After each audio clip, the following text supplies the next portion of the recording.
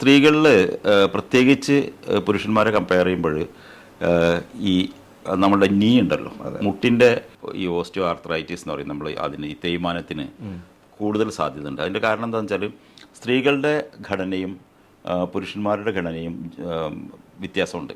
സ്ത്രീകളുടെ കുറച്ചും കൂടിയും വൈഡർ പെൽവിസ് എന്ന് പറയും, നമ്മൾ ആ ഇടുപ്പ് എല്ലിന് വൈഡർ പെൽവിസാണ്. ആണുങ്ങളുടെ അത്ര തന്നെ ഇതുള്ളത്. കാരണം അവർക്ക് ബർത്ത് കനാലും കുട്ടിയെ പ്രസവിക്കുന്നതിന് വേണ്ടിയിട്ട് ദൈവം ഡിസൈൻ ചെയ്തിട്ടുള്ളൊരു സംഭവമാണ് കുറച്ചും കൂടി വൈഡറായിട്ടുള്ള ഒരു പെൽവിസ് എന്ന് പറയുന്നത്.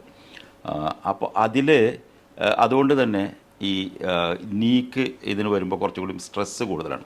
നീ ഇങ്ങനെ വന്നിട്ടാണ് ജോയിൻ ചെയ്യുന്നത്. ഇപ്പോൾ ഒരു വാൾഗസ് ഇതാണ് ഒരു വാൾഗസ് ഫോമാണ്. അത് കുറച്ചും കൂടി വൈഡറായിട്ടാണ് അവിടെ ഇരിക്കുന്നത്. അപ്പോൾ നീക്ക് കുറച്ചും കൂടി സ്ട്രെസ്സ് കൂടുതലാണ് ആണുങ്ങളെ അപേക്ഷിച്ച് നോക്കുമ്പോൾ. അതുകൊണ്ട് തന്നെ മുട്ടിൻ്റെ സംബന്ധിക്കുന്ന പ്രശ്നങ്ങൾ കൂടുതലായിട്ട് സ്ത്രീകളിൽ വരും.